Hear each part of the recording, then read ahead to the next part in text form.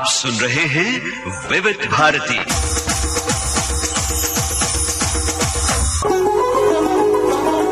विविधा, विविध भारती के विविध रंगी कार्यक्रमों की विविधा में आप सभी का बहुत बहुत स्वागत है। मैं हूं आपका दोस्त यूनुस खान। विविध भारती की स्थापना 1957 में हुई थी और शुरुआती दौर में विविध भारती दरअसल देश के अलग अलग केंद्रों से प्रसारित किए जाने वाले कार्यक्रमों का एक गुलदस्ता थी। जी हां, देश के अलग अलग केंद्र विविध भारती के लिए कंट्रीब्यूशन भेजते थे। वो अपनी कार्यक्रम सामग्री विविध भारती को प्रेषित करते थे और ये कार्यक्रम विविध भारती से प्रसारित किए जाते थे। इसीलिए विविध भारती के खजाने में देश के कोने कोने के आकाशवाणी केंद्रों की अनमोल रिकॉर्डिंग्स मौजूद हैं। अगले हफ्ते हम विविधा कार्यक्रम में आपके लिए एक सरप्राइज लेकर आने वाले हैं। शुरुआत हम एक अनमोल रिकॉर्डिंग से करेंगे जो विविध भारती के खजाने में खोजबीन के दौरान हमारे हाथ लगी है। आज हम एक बहुत जरूरी फिल्मी इंटरव्यू आपके लिए लेकर आए हैं। सबसे पहले अगर कविताओं से शुरुआत की जाए तो कैसा रहेगा? सुनते हैं जानी मानी कवयित्री और गीतकार माया गोविंद की कविताएं केवल 5 मिनट में। साज हाथों में दो, सुर की गंगा बहे।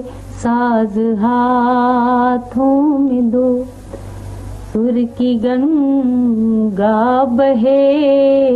यादगारों में हो आज की यामिनी, इससे पहले के हम के अंधेरे बढ़ें। आ बिखेरे चलो गीत की चांदनी। साज हाथों में दो, जिंदगी भर को मिलती नहीं। जिंदगी भर को मिलती नहीं। वक्त कितना है कम जिंदगी के लिए। जन्म भर ना सही एक पल को मिलो। जन्म भर ना सही एक पल को मिलो। हम भी ये कह सकें एक पल तो जिए।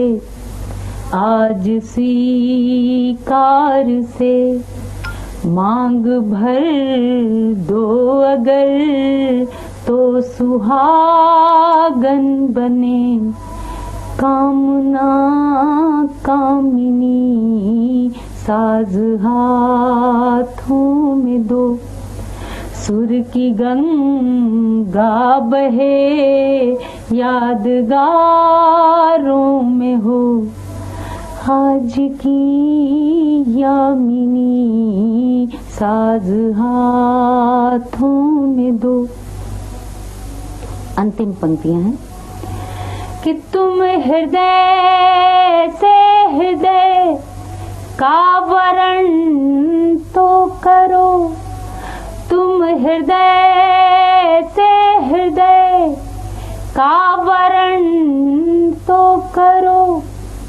तुम अधर का कभी आचुमन तो करो। मधुकरों का जरा अनुसरण तो करो।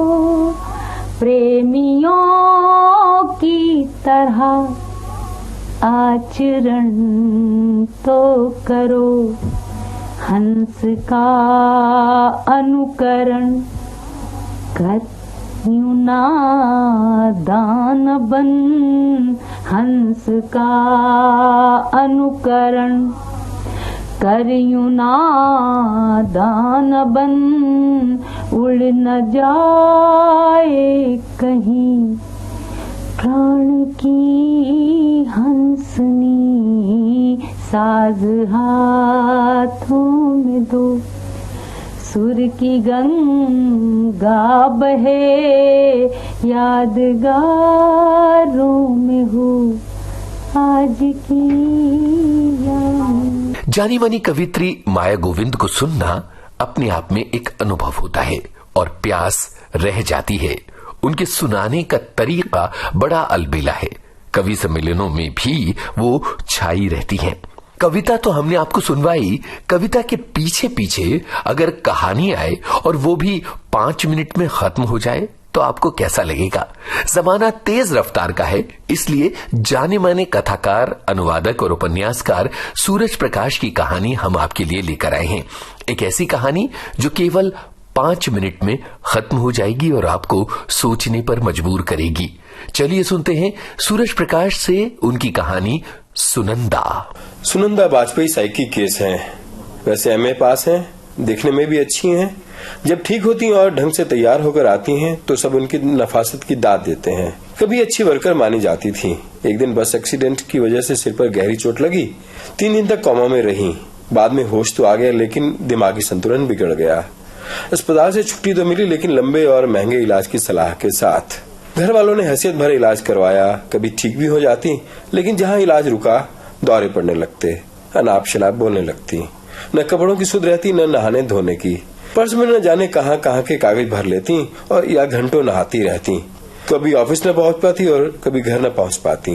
डॉक्टरों का कहना था पूरा इलाज होना चाहिए इनका। जहाँ चूक हुई हर बार नए सिरे से इलाज करना पड़ेगा। माँ बाप की और भी औलादें थी। 2-1 महीने इलाज कराते, जरा सा ठीक होने पर दिन तो ठीक ठाक खींच लिए, लेकिन जल्दी वे अपने रंग में आ गई।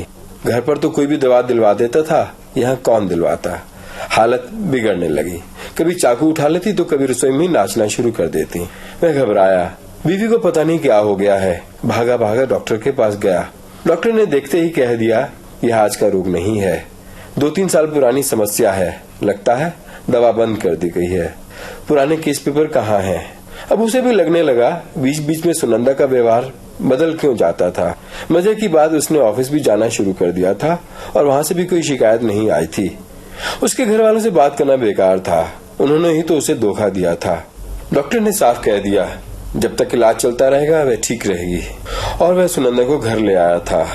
उसने सभी पहलुओं पर गौर किया। यह सब कैसे और क्यों हुआ? यह तो तय है उसे धोखा दिया गया है। नौकरी के चक्कर में एक पगली लड़की उसके पल्ले बांध दी गई है। अब है क्या तलाक मांगे जो मेडिकल आधार पर उसे आसानी से मिल जाएगा, या नौकरी छुड़वाकर घर बिठाए या इलाज करवाता रहे, किसी तरह दवाओं के बल पर सुनंदा को ठीक रखे। उसने देखा कि सुनंदा 10-20 दिन तक इलाज कराने के बाद ठीक हो गई और ऑफिस भी जाने लगी। सब कुछ नॉर्मल हो गया, मानो कुछ हुआ ही ना हो।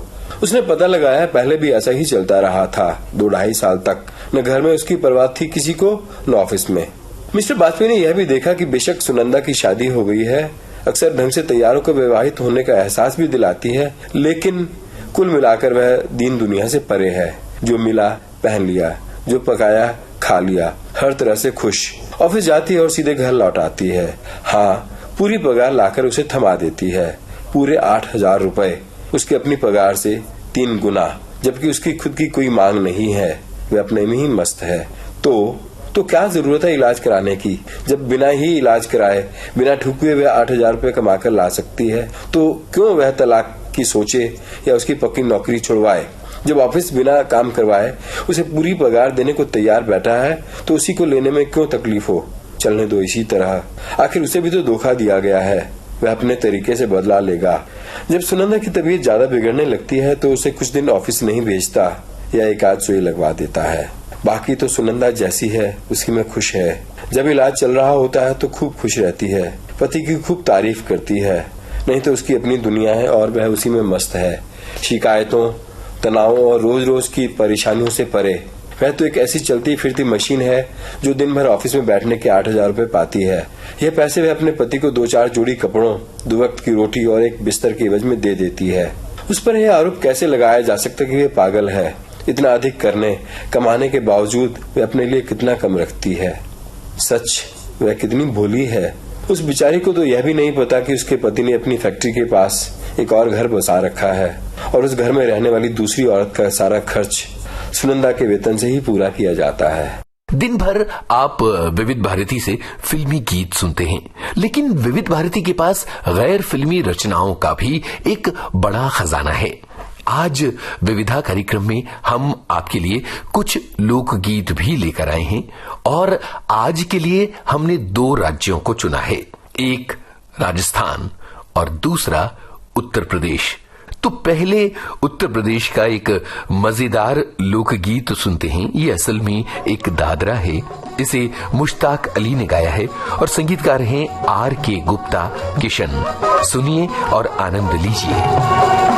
जुलम करे मुखड़े पे दिल काला काला, जुलम करे मुखड़े पे दिल काला काला, न देखे अंधेरा न देखे उजाला, जुलम करे वो जुलम करे मुखड़े पे दिल काला काला, जुलम करे मुखड़े पे दिल काला काला।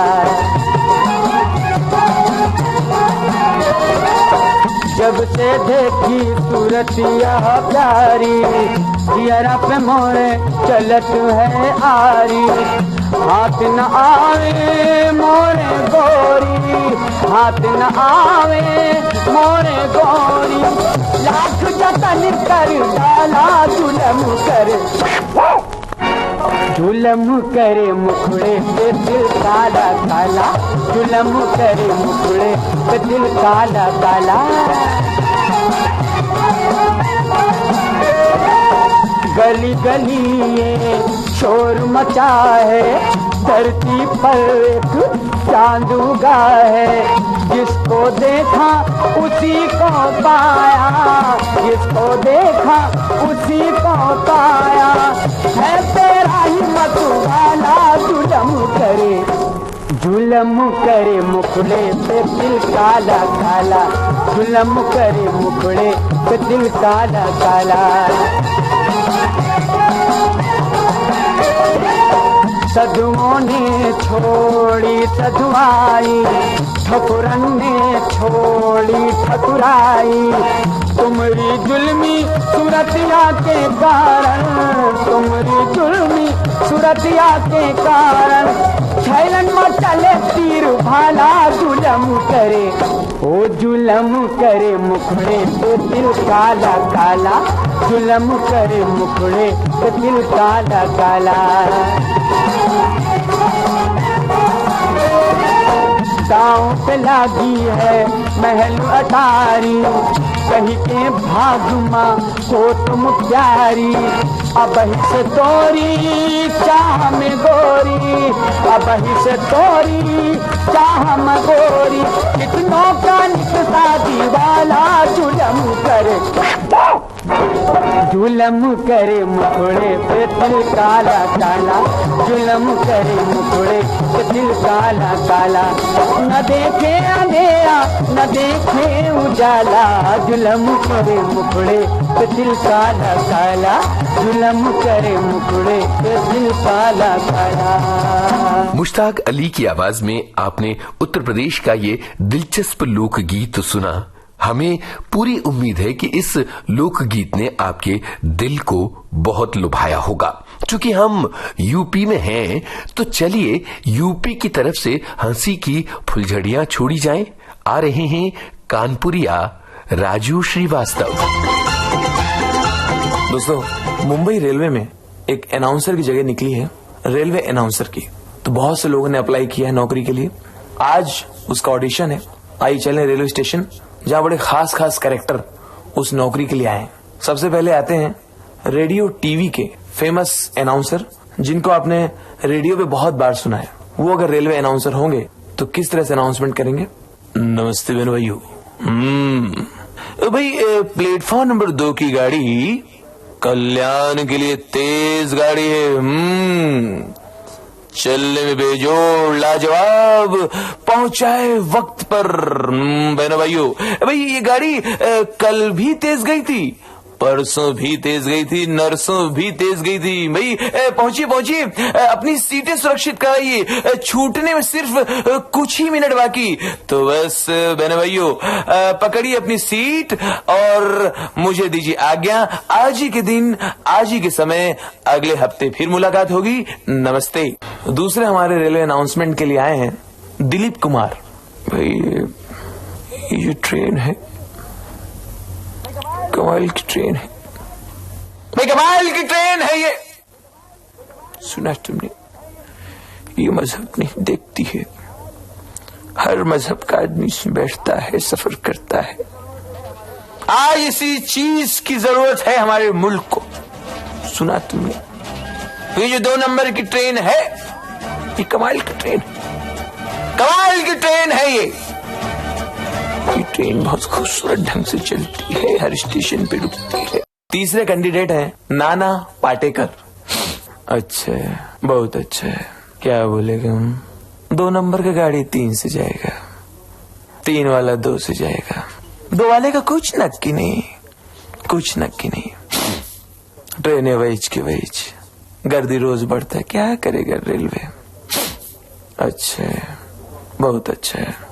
रेलवे अनाउंसर के लिए हमारे अगले कैंडिडेट हैं एक कव्वाल, जिनका पेशा है कव्वाली गाना। कव्वाली उनकी उतनी नहीं चलती थी, तो किसी ने उनको राय दिया कि इस नौकरी के लिए अप्लाई कर दो। एक कव्वाल रेलवे अनाउंसर। ध्यान दीजिएगा, क्या खूबसूरत बात है, सुनने वाली बात है, वाह। एक एक अल्फाज पे ध्यान दीजिएगा। ट्रेनें आ रही हैं, ट्रेनें जा रही हैं, क्या नजारा है। हजरात, आपका साथ चाहूंगा, ध्यान दीजिएगा, जरा प्यार से सुनिए, शब्दों पर ध्यान दीजिए। सबसे पहले स्लो ट्रेन के बारे में सुने। प्लेटफॉर्म नंबर 2 की गाड़ी स्लो जाएगी, सभी स्टेशनों पे रुक रुक के जाएगी। प्लेटफॉर्म नंबर 2 की गाड़ी स्लो जाएगी, सभी स्टेशनों पे रुक रुक के जाए। क्या खूबसूरत ट्रेन है। हर स्टेशन पे रुकती है, हर मजहब के आदमी को लेती है, वाह क्या बात। देखिए, 10 रुपए के पुरस्कार एक यात्री ने ट्रेन टाइम पे छूटने की खुशी में हमें दिए हैं। हमारी पार्टी शुक्रिया अदा करती है। अब जरा फास्ट लोकल के यात्री ध्यान दें। प्लेटफॉर्म 5 की गाड़ी तो तेज जाएगी, मलाड पार लामाहिम न रुकने पाएंगी। देखिए, आज जो हो रहे हैं इवेंट्स, उसमें बहुत ऑर्गेनाइज हो गया है। अब जो कोई हमें जब इनवाइट करता है तो पहले उसका मेल आता है, फिर टर्म्स कंडीशंस आती हैं, फिर एग्रीमेंट बनता है, फिर कंफर्मेशन लेटर जाता है, तो उसके बाद फिर हम उस शहर पहुंचते हैं शो करने। पहले ऐसा नहीं था, पहले इतनी ऑर्गेनाइज नहीं थी। लोगों का फोन आ गया, लोगों ने बुला लिया, वही मेहरबानी। तो वो कहते थे, अरे राजू 12 तारीख, हाँ वो फला होटल, ठीक है, वहां शो है, पहुंच जाना। हम भी पहुंच जाते थे। अब ऐसे ही मुझे एक शो याद है, मैं पहुंच गया टैक्सी से, वहां जैसे ही मैं उतरा होटल में, 1-2 लोग आ गए, आगे बढ़ के, अरे राजेश श्रीवास्तव आ गए हो, आ जाओ, नमस्कार भाई साहब, भाई इधर आ जाओ, अटे आ जाओ। अरे सुनो भाई, शांत हो जाओ, वो देखो कौन आ गयो, हंसाने वालो, हाँ राजू श्रीवास्तव, हाँ माइक लाओ भाई, माइक लाओ, खुशी के मौके में आ गयो, लो हंसा दो भाई, हंसा दो, सब लोग शांत हो जाओ, हंसा रहे हो है। और मैंने वहां 15 मिनट सुनाया, तालियां बजती रही, लोग हंसते रहे, 20 मिनट, 25 मिनट, आधा घंटा सुनाया, 40 मिनट सुना के जब मैं बाहर निकला पसीने, तो एक आदमी सूट पहने और टहलता हुआ मुझे देख के बोला, कहां थे, कब से ढूंढ रहे, कहां थे, हम परेशान हो गए, तुम थे किधर। हमने कहा, अरे शो रुका हुआ है, लोग इंतजार कर रहे हैं, मुझे मरवाओगे तुम। हमने कहा, शो तो हो गया, मैंने कर दिया अभी। कहां कर दिया? हमने इधर ये सामने हॉल में। अरे नहीं, अपना ऊपर है, 2nd फ्लोर पे। बाद में पता चला किसी और को प्रोग्राम में कराया। मुझे लगता है सारी कंट्रीज हो गई होंगी जहां जहां हमारे भारतीय लोग रहते हैं, बड़े अच्छे उनके साथ अनुभव भी हुए, प्यारे। अभी मैं जोधपुर की बात बताऊं, जोधपुर में एक खानदान है, राजाओं का एक खानदान है, वहां उनके वंशज रहते हैं, तो उनको सब राजा साहब ही कहते हैं। उनके यहाँ हमारा प्रोग्राम था, हम बैठे खाना वाना खाने के लिए बैठे, तो राजा साहब बगल में बैठे हुए थे, तो उनकी घड़ी बहुत चमक रही थी, हाथ वाली घड़ी। तो मैंने उनसे कहा कि राजा साहब, आपकी ये घड़ी जो आपने बांधी है बहुत प्यारी है, बहुत सुंदर है। तो उन्होंने घड़ी उतारी और मुझे दे दी। हमने कहा जी, मैं समझा नहीं। थाने पसंद आई, थारी हो गई। मैंने कहा मतलब मुझे पसंद आई तो मेरी हो गई? बोले थाने पसंद आ गई तो थारी होगी। हमने कहा अच्छा। हमने कहा राजा साहब, वैसे तो आपका ये महल भी बड़ा खूबसूरत है। तो बोले निकालो यानी, चाहे अमेरिका हो, चाहे यूके, वेस्ट इंडीज या ऑस्ट्रेलिया हो, हांगकांग, बैंकॉक, दुबई, कोई भी हो। तो चूंकि जो हमारे एनआरआई लोग हैं वहां, उनमें एक तड़प होती है अपने हिंदुस्तानियों से मिलने के लिए। तो जब हम उनसे मिलते हैं तो उनको लगता है ये हमारे घर से आया कोई। हाँ, एकदम लिपट जाएंगे। जब हम वापस आने लगते हैं तो उनके आंखों में आंसू होते हैं। तो वो गांव घर की बातें जब मैं करता हूँ, खेत खलिहान की, तो उसमें ज्यादा वो अटैच होते हैं, बिल्कुल उसके साथ जुड़ जाते हैं। वहां मैंने सुनाया कि हमारे यहाँ जब एड्रेस पूछो तो कैसे बताते हैं, और हमने कहा आपके अमेरिका में पूछो तो कैसे बताते। तो हमने कहा हमारे कानपुर में तो बहुत टाइम है उनके पास और उनकी जिंदगी में संतोष है, तो वो सब चीज आराम से बताते हैं। मैंने एक से एड्रेस पूछा जबकि मुझे बहुत अर्जेंट थी। मैंने कहा अरे भाई साहब, ये राम अवतार कहाँ रहते हैं? राम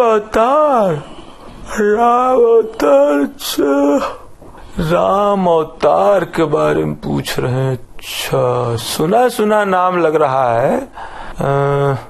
मतलब राम अवतार के यहाँ आपको जाना है? अच्छा, तो मतलब काम होगा आपको कोई?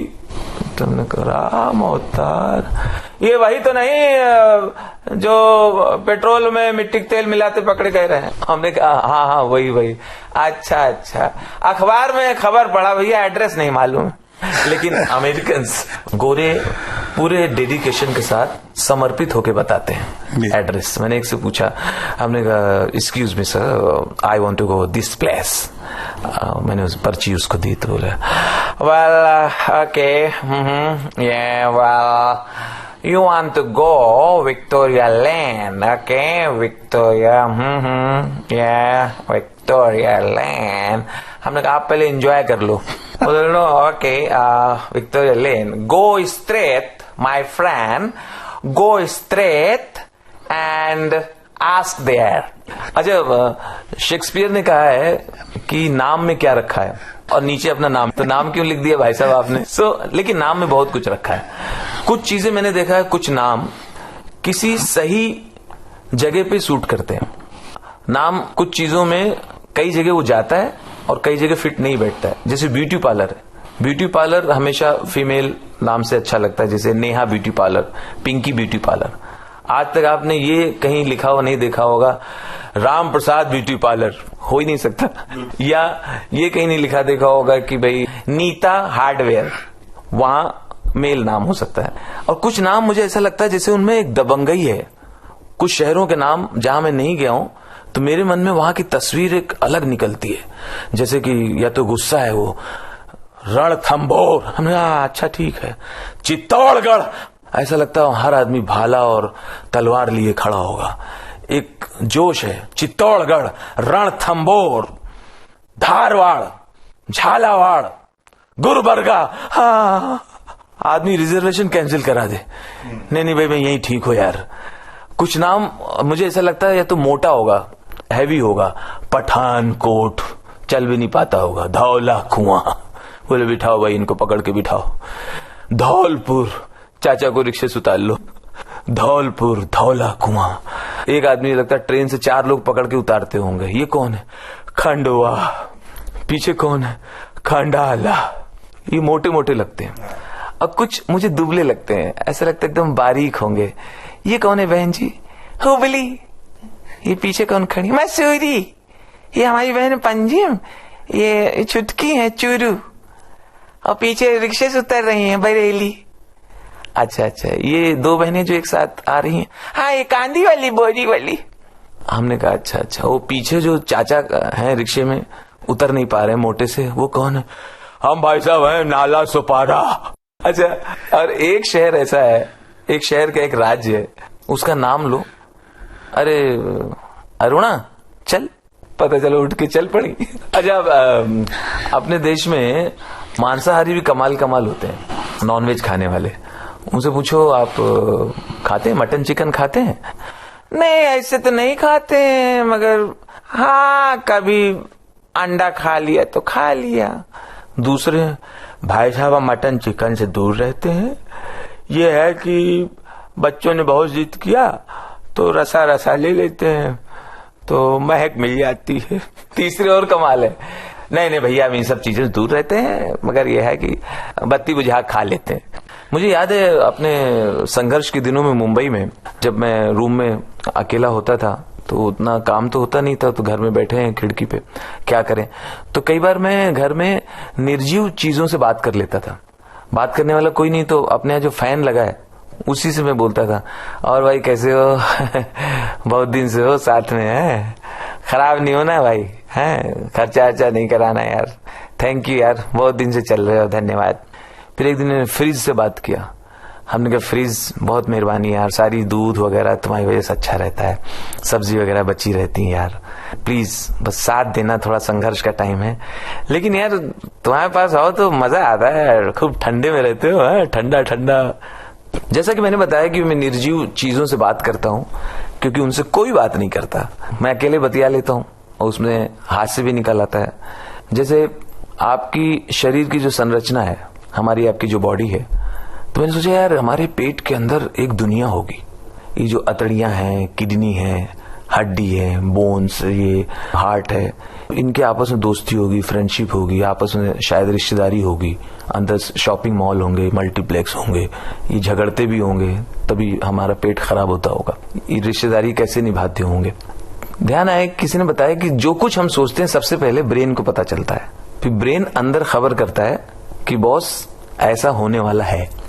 मान लीजिए आपने गरम गरम ब्लैक कॉफी का ऑर्डर दिया, ब्लैक, अब ब्रेन ने अंदर बताया हेलो हेलो हेलो, ध्यान से काली काली गरम गरम कॉफी आने वाली है, गरम।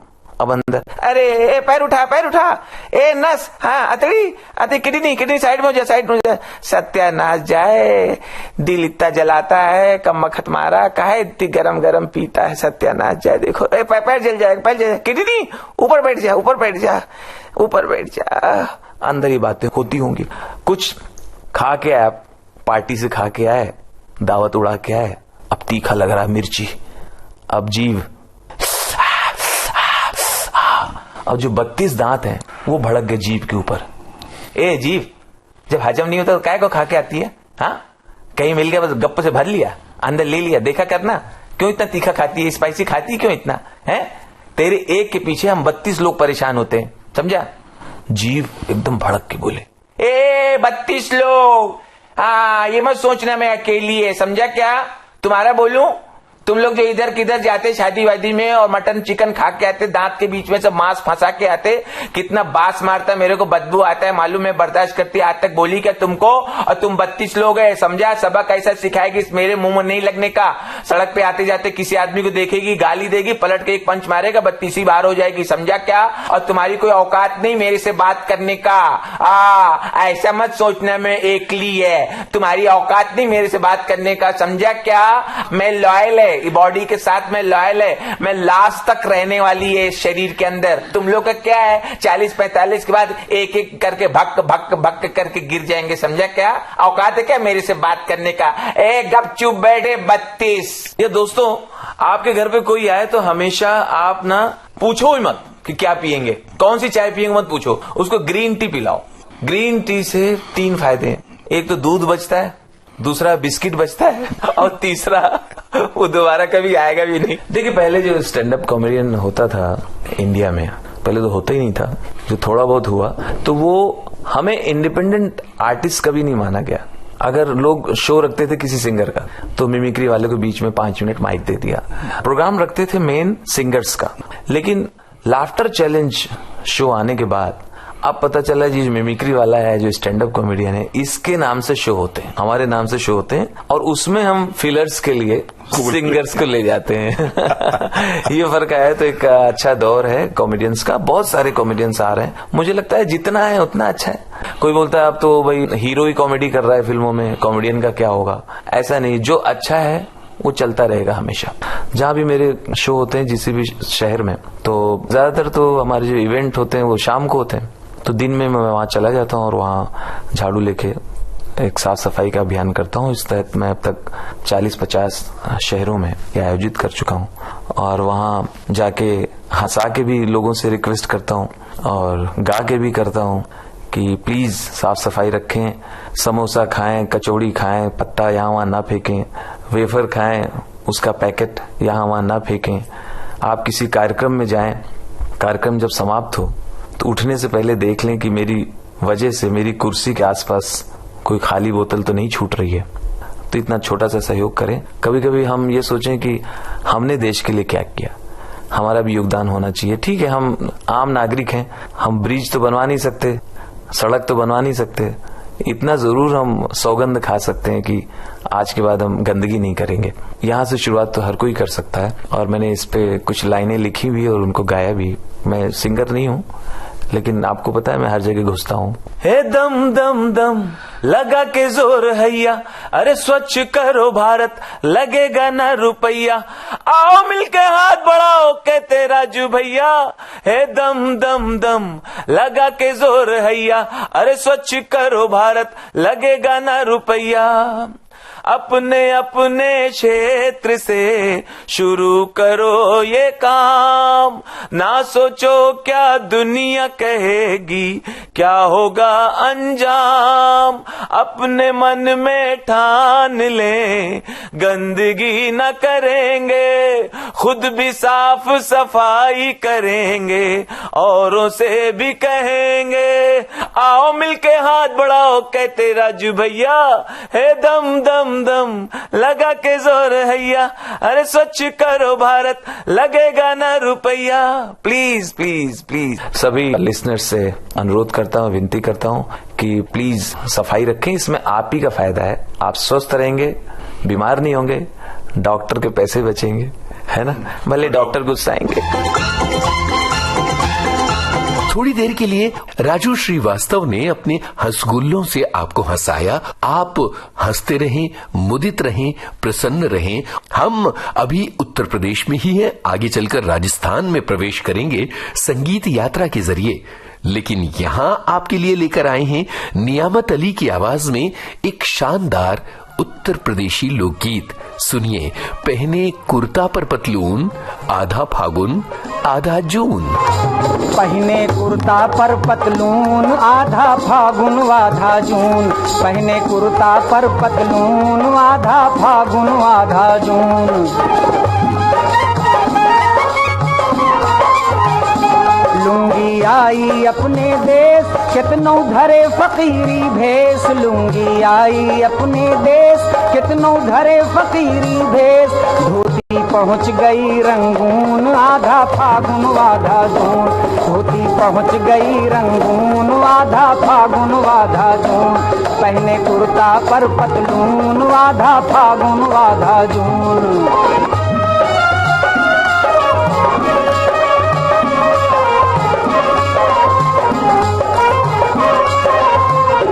बाहर फैशन खूब बनावे, हरदम फिल्मी राग सुनावे। बाहर फैशन खूब बनावे, हरदम फिल्मी राग सुनावे।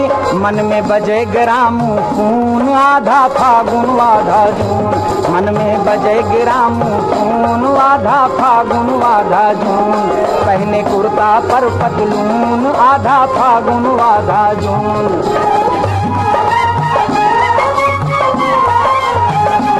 घर में चादर है ना लोई, बाबा ना देखे हर दोई। घर में चादर है ना लोई, बाबा ना देखे हर दोई। बेटवा चले हैं देहरादून, आधा फागुन आधा जून। बेटवा चले हैं देहरादून, आधा फागुन आधा जून। पहने कुर्ता पर पतलून, आधा फागुन आधा जून।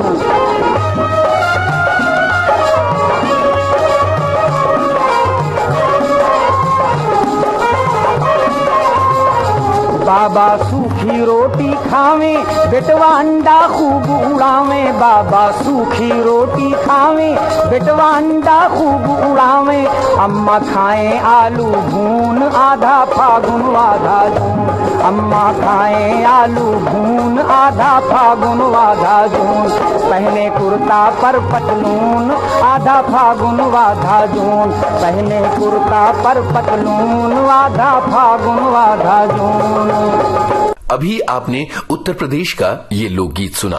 27 दिसंबर का दिन शायरी के इतिहास का एक सुनहरा दिन है, क्योंकि 27 दिसंबर 1797 को पैदा हुए थे मिर्जा असदुल्ला खां गालिब।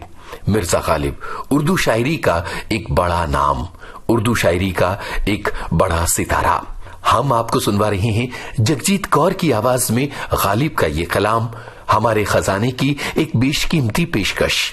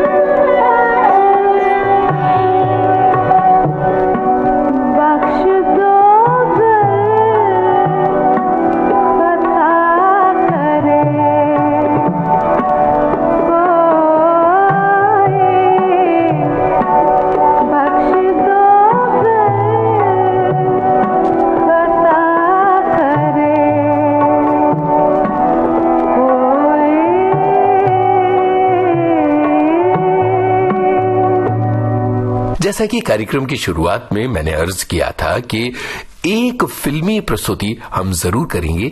आज आपके लिए हम अपने संग्रहालय से लेकर आए हैं एक बहुत महत्वपूर्ण इंटरव्यू। फिल्मी सितारों के इंटरव्यूज तो आप अक्सर सुनते हैं, कभी कभी गीतकारों और संगीतकारों के इंटरव्यूज भी सुनाई दे जाते हैं, लेकिन फिल्म बनाने में कुछ टेक्नीशियंस काम करते हैं और वो बड़े महत्वपूर्ण कामों को अंजाम देते हैं। अशोक मेहता भारत के जाने माने सिनेमेटोग्राफर रहे हैं और उनकी कहानी बहुत ही दिलचस्प रही है। संघर्षों से भरा उनका जीवन उन्हें कामयाबी के रास्ते पर ले गया। सुनिए अशोक मेहता की कहानी उन्हीं की ज़बानी। मेरी उम्र थी कुछ 13.5 साल की जब बंबई शहर पहुंचा। वो उम्र काफी छोटी होती है, उसमें कुछ you can't decide and you can't design your life. भाई साहब मैं बंबई शहर में पहुंच गया और काम करना शुरू कर दिया। काम इसलिए करना शुरू किया कि ना तो मेरे पास कुछ सपोर्ट थी और ना पैसा। एक ही जरिया था कि काम करूं और अपना पेट भरूं। तो मुझे पहला काम या मेरी पहली नौकरी एक खुमचे वाला जो अंडे बेचता था, यानी बॉयल अंडे बेचता था, उनके यहाँ मुझे काम मिला और मुझे वो रोज के 2 रुपया देते थे। कुछ समय बाद फिर मैं एक तरबूज वाले की नौकरी की, दूसरा एक हॉकर था। वहां मेरी इनकम जो थी कुछ 50 पैसे बढ़ गई थी, मीन्स 2.5 रुपए। देन एक दिन मैं एक स्टूडियो पहुंच गया जिसका नाम था सीरीज साउंड स्टूडियो। वहां काफी देर इंतजार करने के बाद कुछ देखा कुछ स्टारों के दर्शन हो जाएं, कुछ लोगों के दर्शन हो जाएं, तो वो तो हुए नहीं, मगर एक महाशय से मेरी मुलाकात हुई। उन्होंने मेरे काफी सवाल पूछे, तुम कहाँ से आए हो, क्या करते हो, क्या करते हो। उन्होंने मुझे कैंटीन में से कैंटीन बॉय का काम दिलवाया। तो फिल्म इंडस्ट्री में मेरी जर्नी एक कैंटीन बॉय के जरिए से शुरू हुई। पहले कुछ समय कैंटीन में काम किया, फिर as a office boy in studio, फिर लाइट बॉय, कारपेंट्री डिपार्टमेंट, काफी डिपार्टमेंट हमारी फिल्म इंडस्ट्री में होते हैं। हर डिपार्टमेंट में आस्ता मुझे कुछ काम करने मिलना शुरू हो गया। लाइट मैन भी बना। उसके बाद कैमरा डिपार्टमेंट में मुझे पहली एंट्री मिली। तो करते करते और देखते देखते मैं काफी कुछ हासिल किया मैंने, ये काफी कुछ सीखा भी है मैंने। कॉमन ट्रेनिंग का तो सवाल नहीं उठता कि बिकॉज मेरी उम्र काफी छोटी थी और I just had done my schooling, that too up to 6th। मगर जो भी सीखा है वो इसी इंडस्ट्री से, इसी बम्बई शहर से, और देखा देखी दिमाग के पर्दे खोल के वहीं और यहीं से सीखा मैंने। जैसे कहावत है, राजस्थान की कहावत है, कहते हैं कि एक नदी का पत्थर जो नदी के बहाव से लुढ़कता लुढ़कता कई सालों के बाद वो एक गोल शेप ले लेता है। गोल शेप लेने के बाद उस पत्थर को उठा के एक मंदिर में या घर में महादेव जी की जगह दे देते हैं उसे। कुछ ऐसा ही मेरे साथ हुआ वाकया। मेरी पहली फिल्म जिसका नाम था द विटनेस, हमारे एक डायरेक्टर साहब हैं जिनका नाम है राज महाब्रोस। एक्चुअली मेरी जिंदगी की काफी क्रेडिट उनको जाती है, मेरी सक्सेस की क्रेडिट। वो उस फिल्म के डायरेक्टर थे और हालांकि उस जमाने में जिस फिल्म के मैं जिक्र कर रहा हूँ उसका नाम था द विटनेस। हम चाहते थे कुछ अमेरिकन स्टाइल और हॉलीवुड स्टाइल की फिल्म बनाई जाए, रियलिस्टिक भी है और वैसे कमर्शियल वैल्यूज भी हैं उसके अंदर। तो एक फिल्म की प्लानिंग चल रही थी और ये मिस्टर राज महाब्रोर साहब जो हैं उनके उस फिल्म के राइटर भी थे और डायरेक्टर भी थे। तो उनके जहन में था कि I should work with Ashok Mehta. Producer साहब चाहते थे कि we should take somebody who has experience. वो कायम थे कि मैं जब फिल्म करूंगा तो सिर्फ अशोक मेहता के साथ करूंगा, नहीं तो मैं नहीं करता। उस फिल्म के कलाकार थे शशि कपूर साहब। वो भी चाहते थे कोई एक्सपीरियंस एक आदमी आए to do this kind of film because the film was very different kind. अगर Raji had a lot of confidence on me, तो he put his foot down and demanded that Ashok Mehta should be there as my cinematographer. तो कुछ मैंने shoot किया और सबने देखा, everyone got satisfied, और उसके बाद ये फिल्म शुरू हुई। फिल्म शुरू होने के बाद ये हम एक पिक्चर प्लान कर रहे थे जिसके बारे में बात कर रहा हूं मैं कि एक शेड्यूल में या 2 शेड्यूल में फिल्म कंप्लीट हो जाए। तो हुआ क्या कि शशि साहब ने 15 दिन की शूटिंग के बाद कुछ कॉन्फिडेंस उनका भी थोड़ा शेक हो रहा था कि ये लड़का क्या कर रहा है। हालांकि उन्होंने मेरा टेस्ट पर देखा भी था। फिर उन्होंने कहा कि चलो एक काम करते हैं, तो उसको ब्रेक लगाते हैं, पहले देख लेते हैं सब काम कैसा हुआ है, उसके बाद शुरुआत दोबारा करेंगे। तो गैप आ गया फिल्म बनने में। इतने में वो लैब में कुछ प्रोसेस जो होता है, हमारी टेक्निकल वर्ड्स हैं, प्रिंट होके जब मटेरियल सामने आया तो सबने देखा तो everyone was very happy and महा थ्रिल्ड। तो फिर शशि साहब ने मुझे बुलाया और कहा, भैया I am very sorry but congratulation, you have done a fantastic job, the kind of work I have seen in this country. तो मेरी जो गाड़ी जो है पटरी पे आ गई और जैसे कि मेरी काफी सक्सेस के लिए और लोगों को मिलाने में, जैसे कि अंग्रेजी में कहते हैं कि PRO, शशि साहब is my biggest PRO। PRO is not a really paid PRO but he is with the kind of work I did. उससे इम्प्रेस होके तो उन्होंने मुझे पूरी इंडस्ट्री में सब लोगों से इंट्रोड्यूस करवाया और he said is the best. और उन्हीं की फिल्म उसके लिए उन्होंने मुझे चुना। वो फिल्म थी 36 चौरंगी लेन। तो 36 Chowringhee lane also has given me a lot. Bharat में नहीं, बाहर भी सब जगह फिल्म रिलीज की हम लोगों ने। तो फिल्म को काफी अप्रिसिएशन और अवार्ड मिले हैं। उस फिल्म की वजह से मेरी लाइफ में काफी तब्दीली आई है। मैंने काफी सक्सेस जिसे कहते हैं, जैसे मैं मानता हूं या लोग मानते हैं, हर इंसान के साथ जब काम करते हैं या हर डायरेक्टर के साथ काम करते हैं, कुछ ना कुछ आपको सीखने को मिलता है। तो मेरे हिसाब से तो ऐसे कोई डायरेक्टर नहीं जिससे मैं किससे नापसंद हूं। मैं सबसे पसंद होता हूँ, नया हो या पुराना हो, एक्सपीरियंस हो या इनएक्सपीरियंस हो। मैं काफी नए डायरेक्टर के साथ भी मैंने काम किया है, जैसे कि अपर्णा सेन।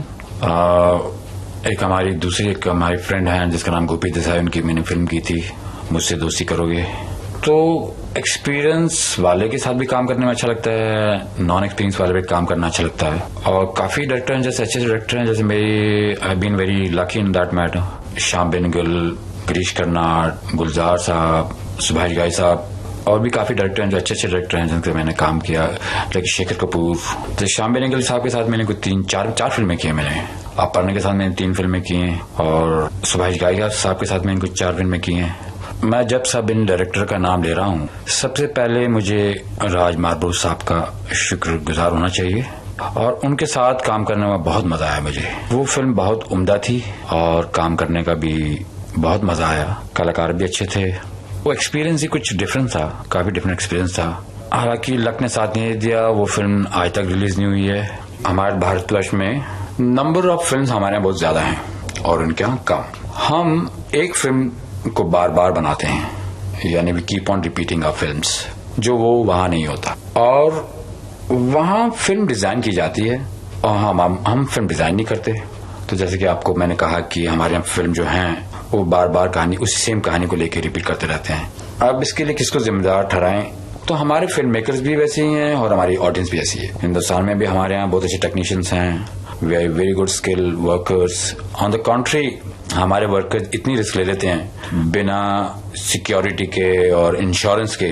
जैसे कि वहाँ कोई भी फिल्म बनाने से पहले हर फिल्म को इंश्योर कराना पड़ता है। हर इंसान, जितने लोग हैं ए से लेके जेड तक, वो सब इंश्योर होते हैं। हमारे यहाँ कुछ इंश्योरेंस भी नहीं है और हमारे workers they are much better in that way. जैसे कि एक किस्सा मैं सुनाता हूँ आपको। जब हम फिल्म कर रहे थे बैंडेड क्वीन, एक हमारी क्रेन है जो काफी हैवी है वो, और हमें एक पहाड़ पे लेके जाना था उसे। तो वो हमारे एक जो टेक्नीशियन आए थे, वो आए थे इंग्लैंड से। तो उनसे मैंने कहा कि वो क्रेन मुझे वहां पहुंचाना है। तो जाके उन्होंने देखा और उन्होंने कहा साहब ये तो पहुंच नहीं सकती, it's not possible. Then called my boys. तो हमारे लड़कों ने बोला भैया क्रेन पहुंचा दो। साहब पहुंच जाएगी। तो कितना टाइम चाहिए? बोला आप 1 घंटा दे दीजिए। मैं चलो 1.5 घंटे में पहुंचा दीजिए। तो वो पहुंच गई।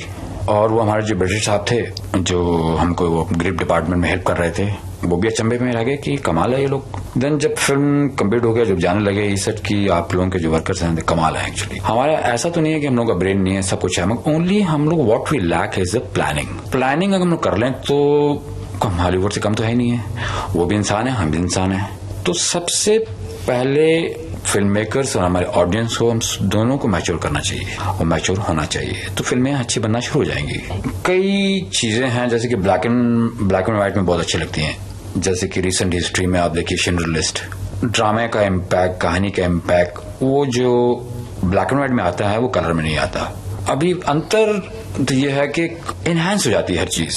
वो कई चीजें sometime you don't want to avoid कि भी एक कलर अवॉइड करना है, रेड अवॉइड करना है जो डिस्ट्रैक्ट करता है, या येलो, ब्राइट येलो को अवॉइड करना है।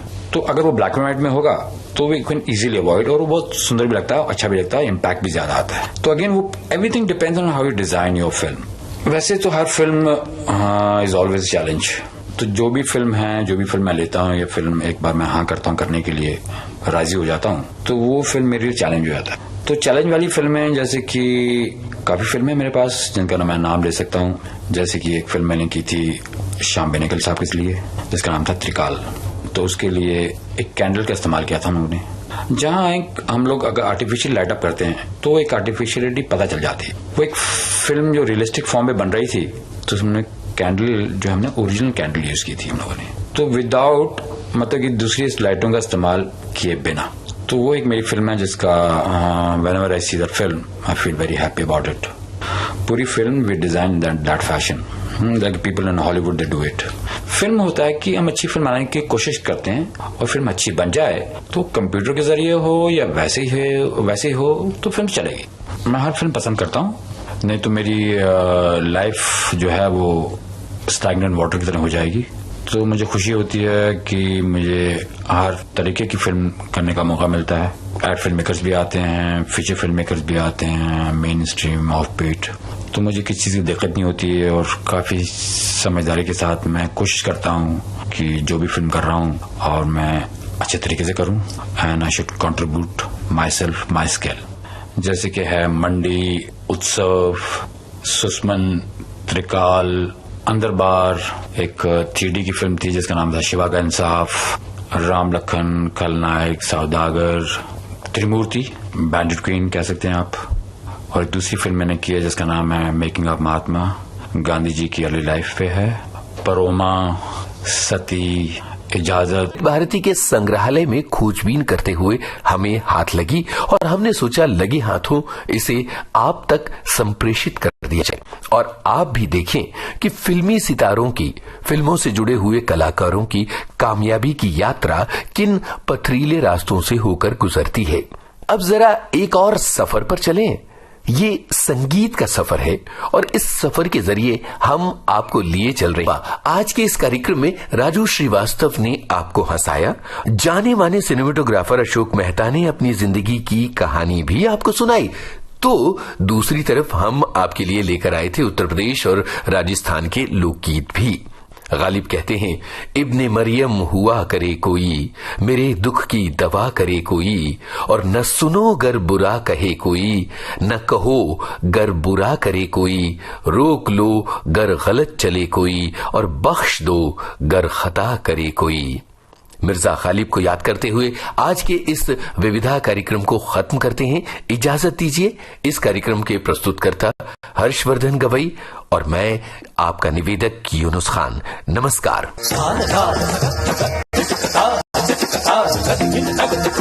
ये थी विविध भारती के विविध रंगी कार्यक्रमों की विविधा।